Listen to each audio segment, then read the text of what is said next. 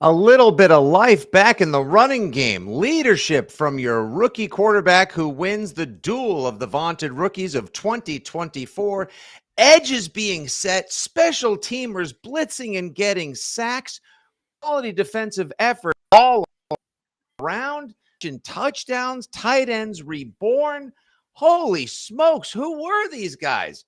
Is it that the New England Patriots are reborn under the leadership of Drake May and an energized effort from a surprise 53, or did they really just win a battle between two kind of cruddy teams? And right now, the Chicago Bears dumpster fire is a little more dumpstery and a whole lot of fire more than the Patriots. That's what we'll discuss today on the latest edition of Six Rings and Football Things with your old pals, Andy Jumbo Hart from the WEEI Afternoon Show, and me, fresh back from Chicago, definitely about 6-7 pounds heavier than when I first went out there. That is the Awaken Un80. I put on an Awaken 180 when I was out there, Andy. It's Nick Fitzy Stevens. First things first, just got to say right now, shout out to all the Bears fans, the city of Chicago itself, and the amazing Patriots fans that showed up for that game on Sunday at Soldier Field. It is a great take. It is a beautiful location. The Pats fans out there were dynamite. Sometimes, Andy, to appreciate just how good we have had it and how good we actually continue to have it, even in the face of 3-7. How do you call that having it good?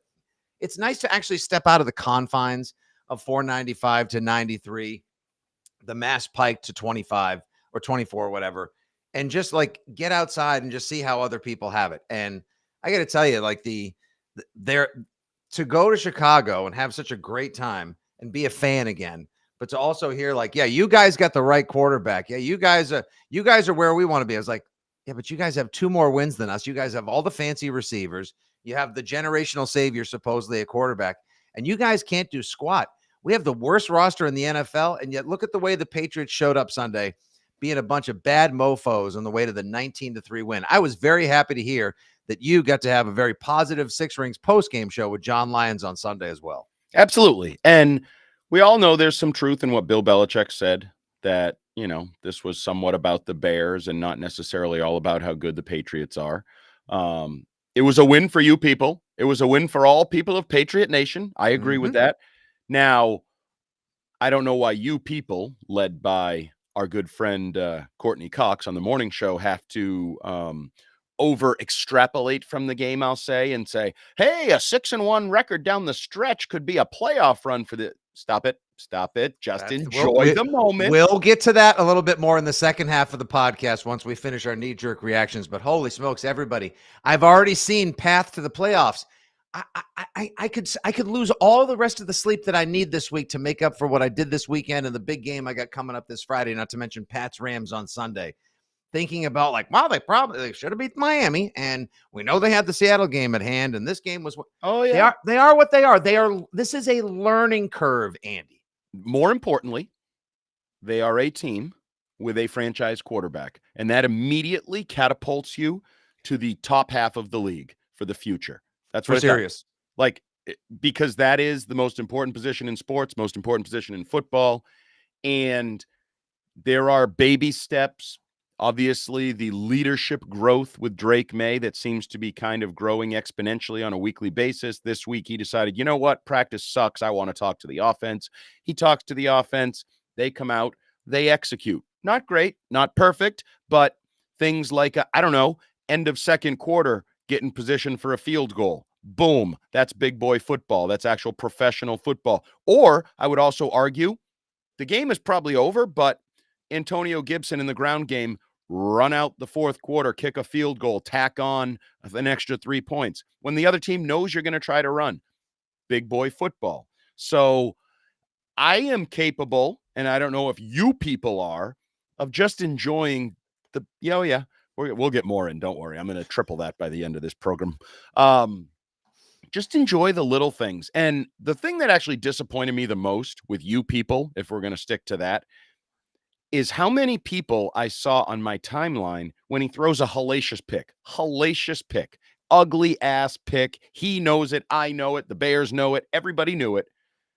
But like, people were like, oh, this guy sucks. He's Mac 2.0. What the hell are you talking about? Are you kidding? Dude, who is perfect?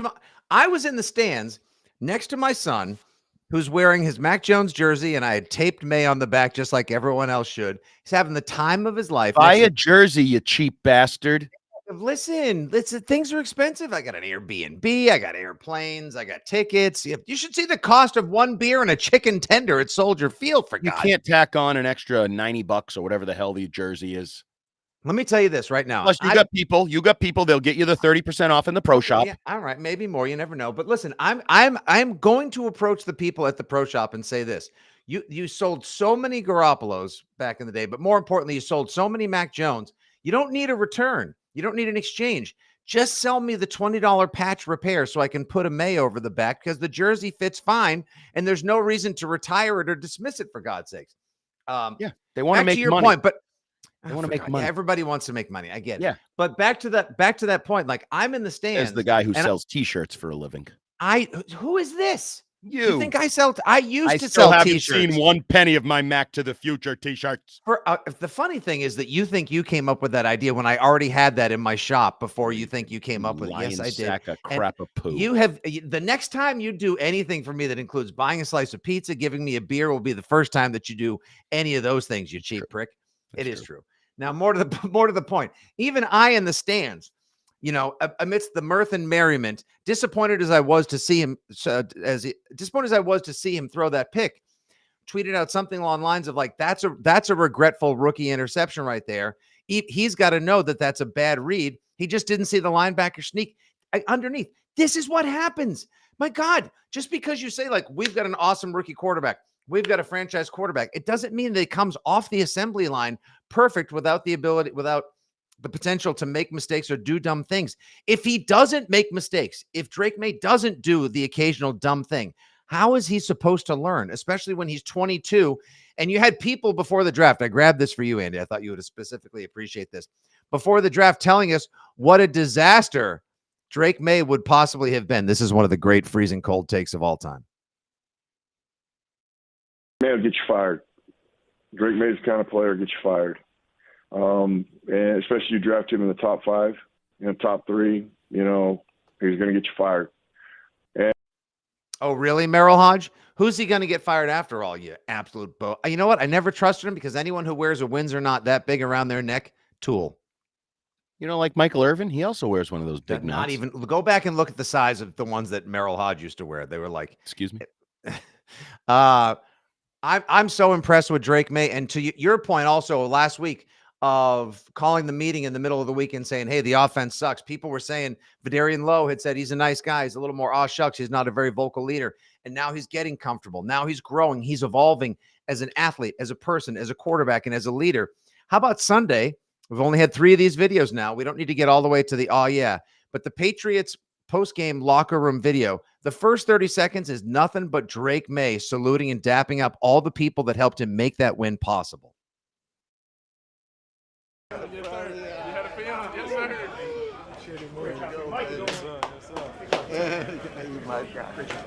Way to make some plays, man. Way to make some plays. Good job, Big Mike. See you, MJ. Keep fighting, baby. Appreciate you, bro. Appreciate y'all, boys. Love y'all, boys, man. DC, great job, man. How about that? Dominant by y'all, man. Dominant. Look at that. Going to his defensive coordinator. Dominant effort. Dapping up every single member of the offensive line. Congratulating Austin Hooper, who, by the way, if that Austin Hooper wants to show up at least every other Sunday, if not on the regular, you are welcome at the table, sir. Just take what you got and move on, and maybe saying, go back next week to Hunter Henry or somebody else. Let's not, again, you're doing the extrapolation. No, I'm not going that far. But by the way, Hunter Henry, even, I did love that when they wanted to ice the game with 4.5 minutes left, there was a 3rd and 1. They were averaging over 4 yards a carry on the day. They weren't trampling the Bears, but they definitely were setting a tougher precedent against their kind of weak defensive line, and the Patriots offensive line building some momentum. How about that nice little flare out to the side to Hunter Henry? That was a confidence builder right there, that you can complete a pass on 3rd and 1 when most people would be expecting them to run. I thought that was huge. Well, it was a great play / decision by Drake May. He stepped up in the pocket almost like he was going to scramble, and then just flipped it to Hunter Henry for a nice gain. But the Drake May leadership thing, to me, is the biggest takeaway. Beyond the victory, it kind of irrelevant, whatever. Actually hurt your draft pick status, blah, blah, blah. Nope, but Drake May's evolution as a leader and how comfortable he's getting. And I think those are natural leadership skills. Those are some of the things I keep saying. If I'm going to give Elliott Wolf all the flack for a terrible roster, terrible draft, terrible free agency, I got to give him credit for what he said about Drake May. We watched him all last year at North Carolina. We watched media try to get him to throw other coaches, players, line under the bus, and he wouldn't. We saw natural leadership at the quarterback position beyond the obvious, oh, he can run, he can throw, he can do off-platform stuff. And I actually think that might be the biggest strength he's showing right now is of all the quarterbacks, obviously Jaden Daniels is looking really good, but Jaden Daniels, it's easy to look good when you're 7-3, whatever his record is in Washington. Drake May is showing legit leadership abilities when his team stinks, when they're losing games, when his receivers are a problem at times. Like, it's much harder to be a leader during these times. And everything that Drake May is learning and doing now is going to be so much easier for him and so much more enjoyable for fans when he is surrounded by more talent, more leaders, more foxhole type guys. So, yeah, there are things that I think we need to pump the brakes on. Most importantly, like how many wins this team's going to get, or like what this means for the coming weeks. Nothing. But what this means for the coming years, I think, is a lot. And I would also extend that on some level to, I think, is a positive discussion that needs to be had about the coaching staff. I thought this was a really good game from the coaching staff, from Gerard Mayo, but more importantly, down through Alex Van Pelt and DeMarcus Covington. And while I'll acknowledge the Bears were the willing victim, their offensive line was not very good. DeMarcus Covington could dial up whatever he wanted. There was going to be success, things of that nature. Caleb Williams was going to hold on to the ball. At least you proved you can do it. And by the way, you're not exactly loaded on defense either. You're doing it with Del Pettis and Brendan Schooler and guys like that. So just schematically and coaching-wise, the game plan worked on probably a level playing field, right? Two bad teams were playing. Two bad teams were on the field on Sunday, but you looked like the better coach team, better effort team. The energy, effort, and attitude, Fitzy, was a landslide to the Patriots. They won that category with the biggest check mark you can put in that box. Right from Jump Street, as I was telling you when I dialed in for a few on the postgame show as well, there was an apathy to the Bears fans at the pregame. They were almost resigned to the team sucking. It's like the Hail Maryland and the subsequent no-show against the Cardinals in Arizona sucked all the joy out of the season, and they had been eliminated from contention before it was even freaking Thanksgiving. But there's just a general, it's not surliness. It's just, there's a downtrodden nature to the Bears fan after all these years of losing, believing that something was going to turn them around or be their savior, and then having it not come true. And I can understand how disappointing this particularly could be, if not excruciating, to see the talent of a Cole Kmet, DeAndre Swift, Rome Odunze, Keenan Allen, DJ Moore, and Caleb Williams, and the best you could do is 3 points. You don't even have 140 yards passing on the day. You haven't scored a touchdown in 23 consecutive drives. This is an absolutely brutal effort by them. And all we could ask the Patriots to do was take advantage of what was given to them. Not score 50 points, not allow 0 points, but just in the presentation of the Bears' lackluster effort and their discombobulation and lack of coordination and cohesion, take advantage of what's given you, even when you are playing the Schoolers and the Pettises and the Hawkins and a bunch of other guys that may very well not be on the team next year. That's one thing I wanted to do here in the first half of the Six Rings pod, was sort of do like, what's it mean now versus what does it mean in the long haul? I think right now a game like that, doesn't mean that they should be favored over the Rams or that they're going to go on a winning streak and everyone can pipe down with the postseason talk. But are they going to start believing in themselves a little more, that when they're not completely outmatched schematically and on the field against another team that's more talented, can they keep up? Can they follow Drake May into battle? Will he be their leader? Yes, I think they're going to play, maybe not with swagger, Andy, but a little more confidence. But to your point from last week, and let's expand on this momentarily, the recruiting tape for free agents and anyone who wants to come play for the Patriots is getting longer and longer every week, thanks to Drake May and whatever this Drake May effect is on the team. Oh, absolutely. And again, some of them continue to not count.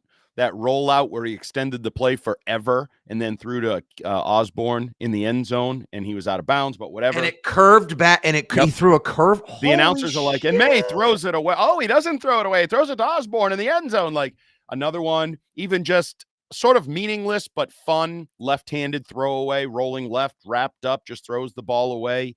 Yeah, he continues. He made some beautiful throws. The throw to Hooper on the corner route was just about as pretty as a throw as you can see. And I continue to say, if his leadership is not his greatest strength, then his downfield touch and accuracy is his greatest strength physically on the football field. So, yeah, the Drake May club, and let's get into that right now because I did a little research. So I don't want to put too much stock into this, but The Athletic, solid publication, solid group of reporters. So they do their Chad Graff and company. Yep. Okay. They do their power rankings.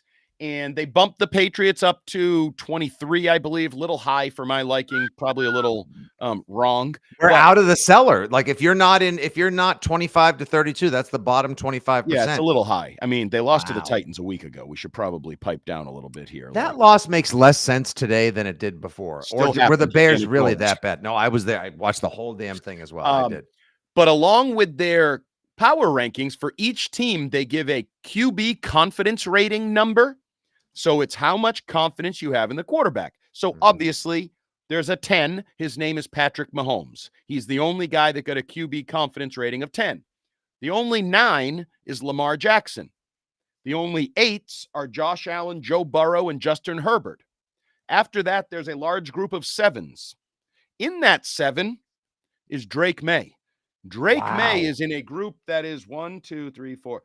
Basically the 6th best quarterback in the NFL, they have as rated as a 7, and they have Drake May in that group, which includes Jared Goff of the Lions.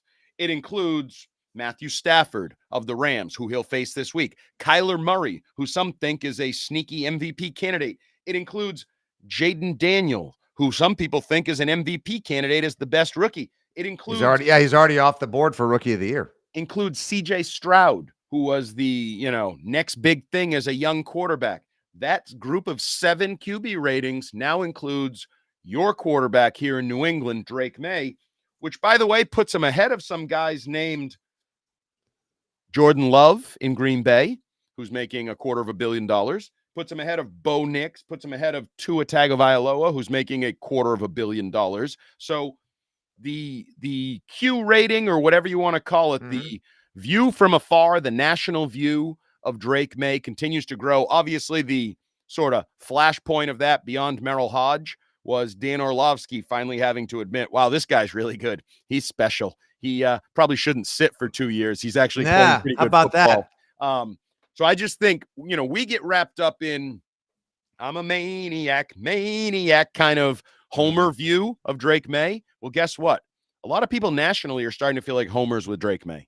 Oh, mayhem is legitimate, dude. It's honest to God. By the way, favorite comment so far comes from noted as we do this live on the Fitzy GFY and WEI socials. Jeff Stenberg watching live on YouTube. Noted Andy Hart antagonist. The Patriots aren't good, but they're not bad either. They've played even some of their losses pretty tight. That's it.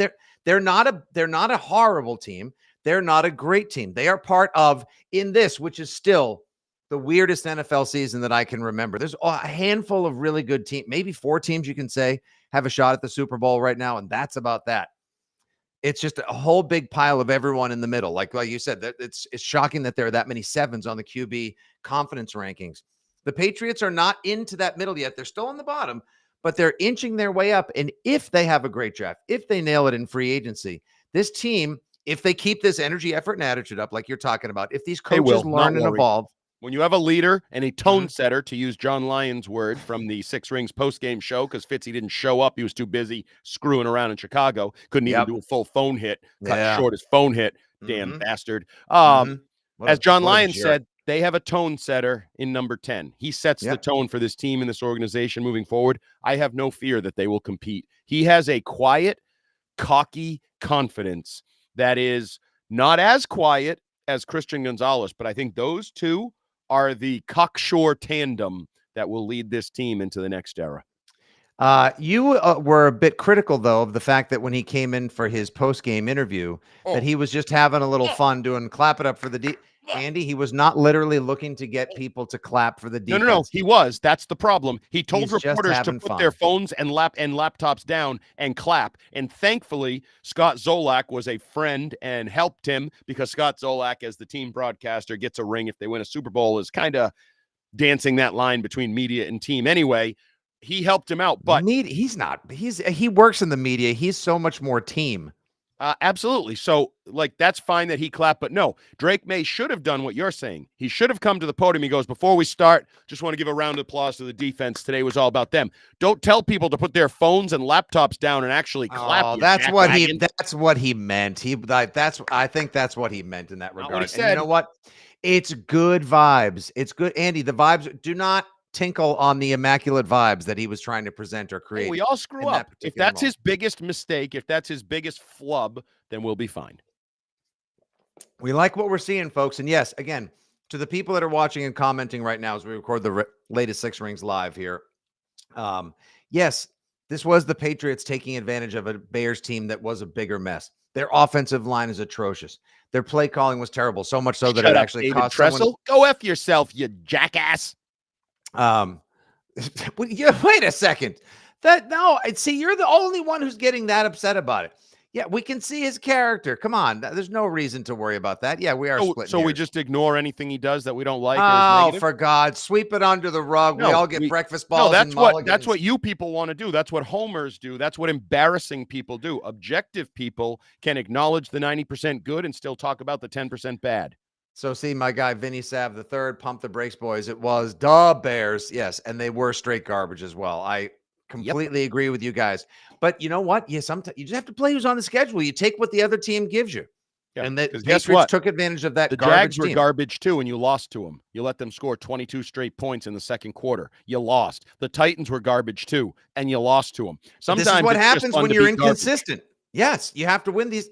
Hopefully, if they can string together 2 or 3 wins in a row, that will show that they've taken a step. Oh, now David Tressel's threatening not to put stars. I don't even really know what that means.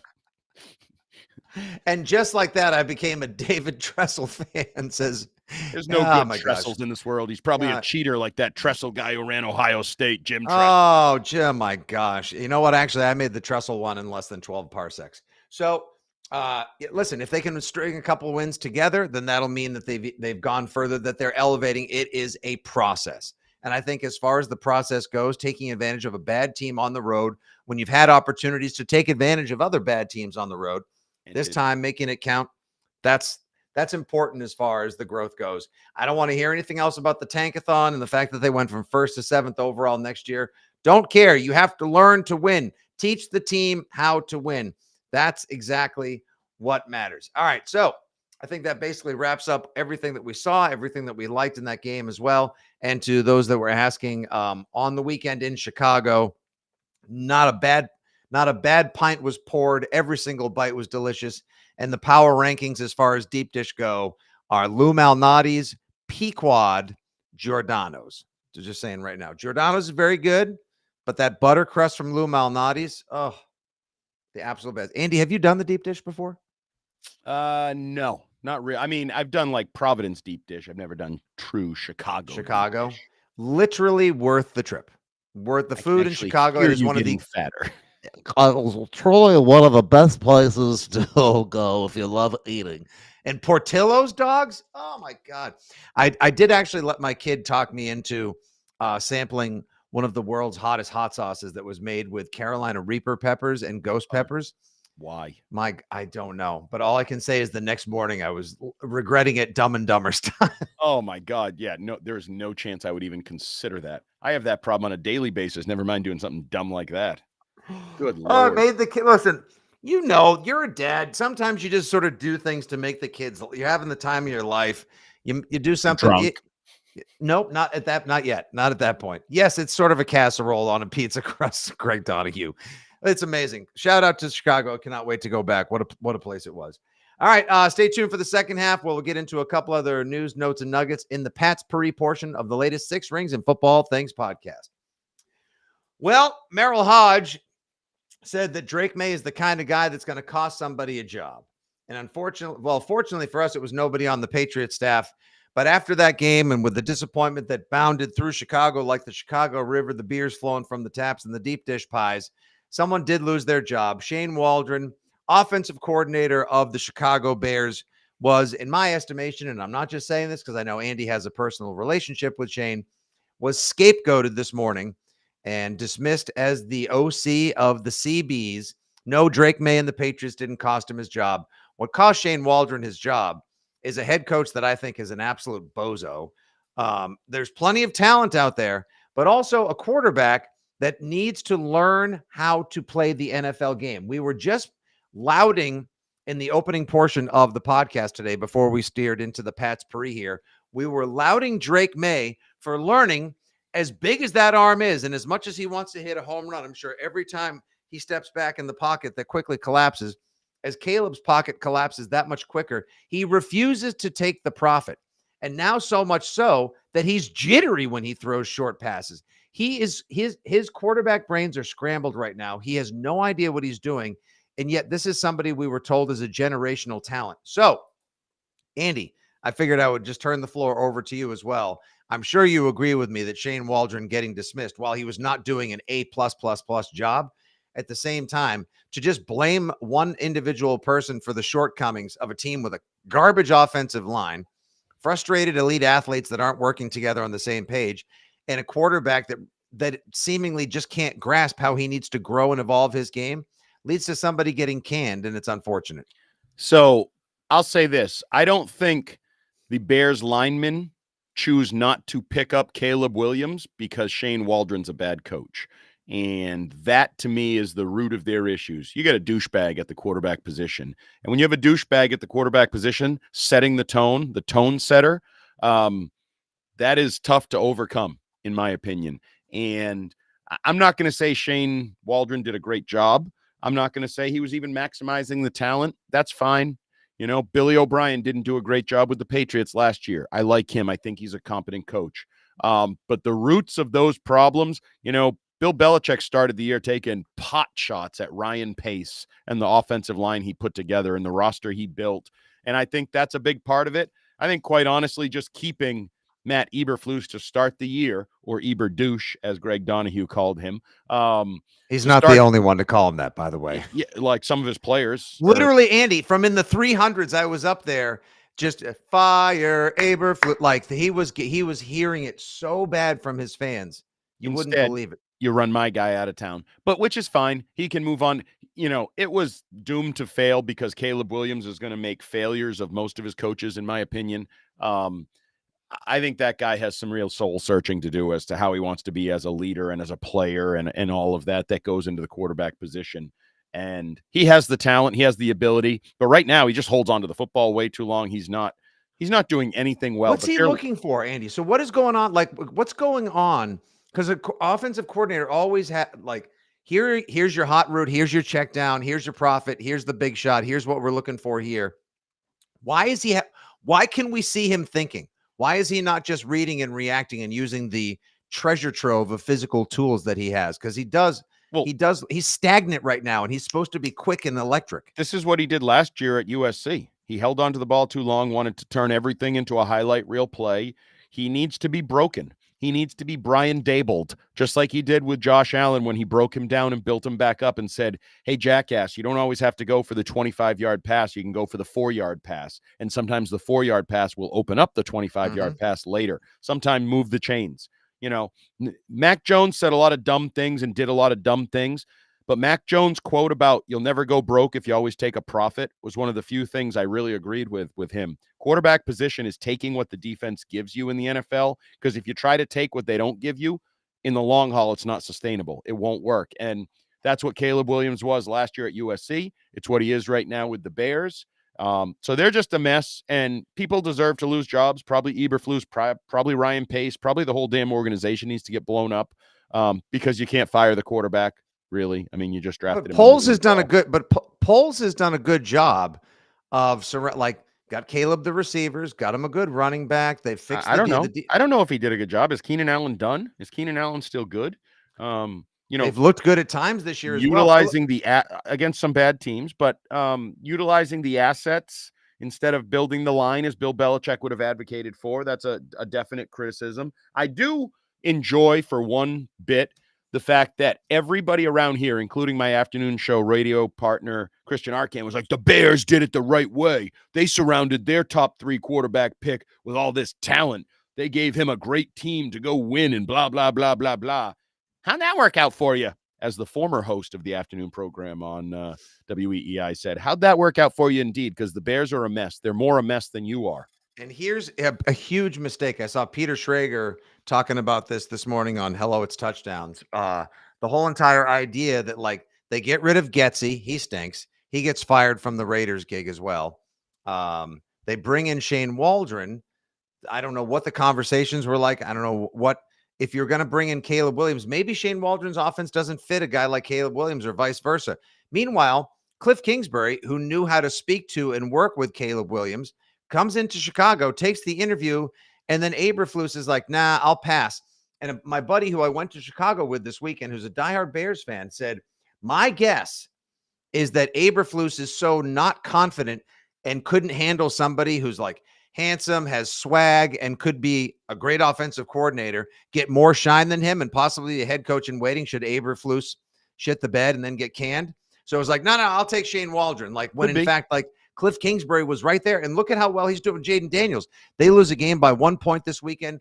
They have their true north. The needle up there is pointed up. The Bears are in the tank right now. Let me ask you this: what do you think Drake May would do? Give Drake May Rome Odunze and DJ Moore and, Swift or Cole Kmet, or just give him 3 of the playmakers on that whole cachet of weapons they have in Chicago. What do you think the Pats offense would look like? It'd be much better. Definitely. And because I think Drake May is doing a pretty good job living the life of a bad offensive line, even though the offensive line was better this week against the Bears and only allowed that really one ugly Onwenu sack early. I think they'd be better. I think they'd have better leadership. I think you'd see happier targets because I think Drake May has a connection with his targets and is able to do that. I think you would absolutely use Cole Kmet. Cole Kmet was the lost guy for the last couple of weeks, and I think he's too good a player to not be involved. Where has he been? Terrible. Yeah. Not using him between the numbers. Even when they used him, it was only outside the numbers late. Made no sense to me. And I guess that's probably a criticism of my guy, Shane Waldron. But you're right. Shane is not a strong personality, or is not something overbearing that I think a head coach would fear. This guy's about to take my job. So maybe that is why they hired him, and maybe wouldn't go with a guy with a stronger Q rating and personality like Cliff Kingsbury. I don't know, but it certainly didn't work. Everything they planned this offseason, from the coaching through the talent, has been an absolute disaster, to the point where I do think it's quite fair to say May and Daniels should have been in the running for the number 1 pick, and Caleb Williams is proving all those people that thought he had red flags and character concerns and makeup concerns. He's proving those people right through the first couple months of his pro career. A couple other questions here on the back end during the Pat's Puri portion of the latest 6 Rings and Football Things podcast. What do you make of this little thing? Like, it's like Gerard Mayo. Things are going so well. Yeah, but you know what? I kind of need to create a new little mini controversy. And I'm gonna tell Kendrick Bourne you're not playing, but I'm going to play KJ Osborne. But this is after I tell Kendrick Bourne that I need to play the young guys. But then I'm going to play one of the old. What is he doing? What is the deal with this receiver? Like, what's the deal? Why didn't you just make a trade then? Trade Bourne or trade Osborne. So you've got one veteran voice in the receiver room. Have him know that he's not going to play quite as much, but he's a valuable portion of the room and the team. Instead, you mix and match with these 2 guys, and you got the young guys all over. Like, I get that. But, like, does this seem like another one where it's like, this is where Gerard Mayo's out making mistakes, or just showing that he really still needs to grow as a coach? So there's layers to this. I think first and foremost, my guess is you really couldn't get anything for either of the receivers, Osborne or Bourne. You don't just want to cut, certainly Bourne, because you gave him $4 million and extended him this offseason. Why you don't really want to cut Osborne, I'm not sure. I would cut him. I think he's useless. He popped off the social media crap, all of it. But it's definitely a bad look to kind of have this idea we're going with the young receivers, and then Osborne's out there a ton. I don't really get it.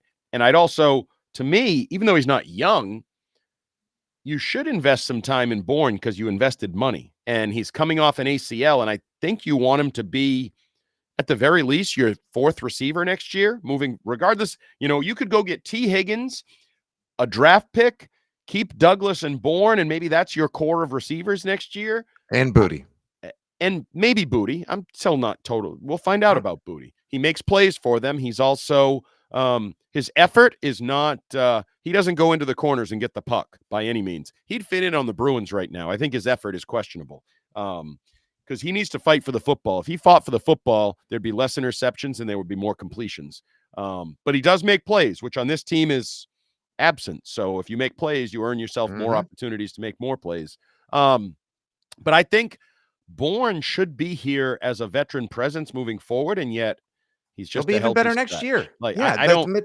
If you're gonna bench him, honestly, I would have made up he's got swelling in the ACL knee. We're just gonna sideline him maintenance week. It's gonna be a maintenance week. I would put him on like IR and just be like, he's sore hammy because of the ACL. Something, make something up and let him sit for the rest of the year. What about Jalen Polk coming back and catching a touchdown? Was that a nice? It's far from full redemption, but is it a start? I still don't know what to make of him.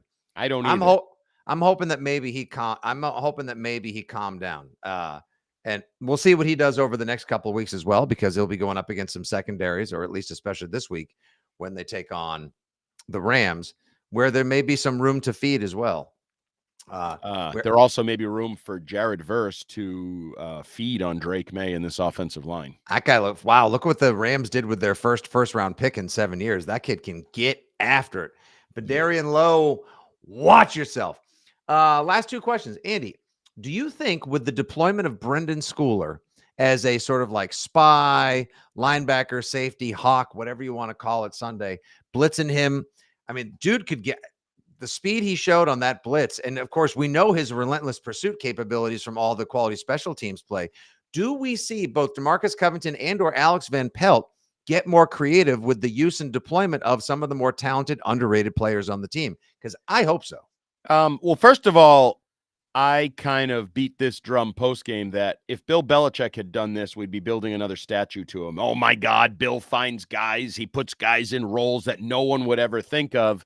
And I don't think it's getting enough attention for Gerard Mayo, who said in the summer, we're not just going to pigeonhole Brendan Schooler as a special teamer. We're going to give him opportunities to practice on the defensive side of the ball. And it paid off. It makes sense. As John Jones told us yesterday in our interview on the afternoon show, we know Brendan Schooler's fast and he can tackle. So teach him a couple formations, and that sounds like a defensive player to me. And that played itself out on the football field. I'd love to see them get more creative. I think they have some athletes. Obviously, you and I were at the forefront of DeMarcus Jones should play offense 2+ years ago. He's still dangerous with the ball in his hands, a team that could use more plays. I don't know why you wouldn't. But I also think some of it is in Schooler related out of necessity. No Duggar, no Peppers. You're down a few numbers. You need somebody that can match up athletically, linebacker / safety. It made sense. I don't think this means, oh my God, he's got a future as like a high-end defensive player, but it's nice to know that in a pinch, you can put him out there in spot duty, and maybe he won't crap all over himself. So yeah, the Longhorn package, if you want to come up with a couple others, now's the time for that. You're a bad roster and you're a bad team. So figure out what you got moving forward as you fill out the totality of roles on your roster. And last but not least, the claiming of Yannick Ngakoue. Does that, how much sense now? Does that make a ton of sense to you? Is that like we got a not as good, cheaper version of Matt Judon, like that just happened to be available? You're not making a playoff push. Everyone can pump the brakes on the new path. But like, does he come in here to try to teach other people like some tricks because he's got 70-something sacks in his NFL career? Is that just a why the hell not type of move? I'm curious for sure. I don't really get it. If you're playing younger players, this doesn't seem to make sense. He's been a journeyman over the last few years, like 7 teams. I'm going to guess he's a little bit of a malcontent. And I don't know if you noticed this, Fitzy. I don't think he wants to play for the Patriots. As of yesterday, he hadn't shown up yet. So he got claimed on Thursday, Friday, Saturday, Sunday. We're into Monday. 5 days later, he hasn't shown up at Gillette Stadium. That tells me he doesn't really want to play for the Patriots. Gerard talked about he wants to go to a contender. He's being a front runner in that case. Well, he left a contender, and I think that's part of it. in Baltimore. Mhm. I would tell the guy to go pound sand, but actually to punish him the most, I would do whatever. If I have to put him on a list, like did not report and you don't get to play again, go screw yourself. You're better than me. You're not better than me. You're a journeyman dink. Yeah, that turns him into Hassan Reddick, who, by the way, has been signed by the Jets. And can I just take a moment? Hasn't it just been a wonderful Jets season? Yeah. It has just been getting their lips handed to them, as my dad used to always say, getting their balls served up on a silver platter. My Lips? God, I don't know why he was just always used to say it like that. I'm Yeah. more familiar with rhymes with pits. Yeah, that one too. The Cardinals just throttling the Jets on. The Jets are a bigger mess than the Patriots right now. Oh, way bigger. They don't have a head coach. They don't have a quarterback. Their owner is a ready, fire, aim, as Bill Belichick says. Like, yeah, they're a total mess. And it is enjoyable. That's the greatest achievement of you people in recent years. Calling that, saying that in the end, the Jets will Jets. The Jets always Jets in the end. Well, the Jets in the end. You guys nailed that. I bow down at the altar, oh, you people. Wow, look at that. Andy finally gave it up to you people. There it is. I And acknowledge everything. When you're right, you're right. I acknowledge everything. The Jets stink, and maybe, just maybe, the Red Sox will sign Juan Soto, and then we can just bathe in the entire offseason of New York sports tears. Wouldn't that be great? All right, guys, thanks so much for tuning in. As always, we appreciate each and every one of you that contribute live in the chat as we record the latest Six Rings and Football Things podcast. Go F yourself, Jeff. 2 Fs. Go double F yourself, Jeff. Across my socials and, of course, WEEI. Thanks for listening via Spotify, Apple Pods, the Odyssey app, or wherever you find your awesome football talk. Andy, of course, can be heard on the WEEI afternoon show. Give him a follow at Jumbo Hart. This is your old pal, Nick Fitzy Stevens at FitzyGFY, saying thanks so much for tuning in. We'll be back in a couple of days with a preview of the Ramajamas at the Drake Matriots and everything else that we can offer for analysis, information, and more. Take care, everybody. God bless. I'm going to go pound some deep dish in the fridge. And as always, Is that a euphemism? Hey, now.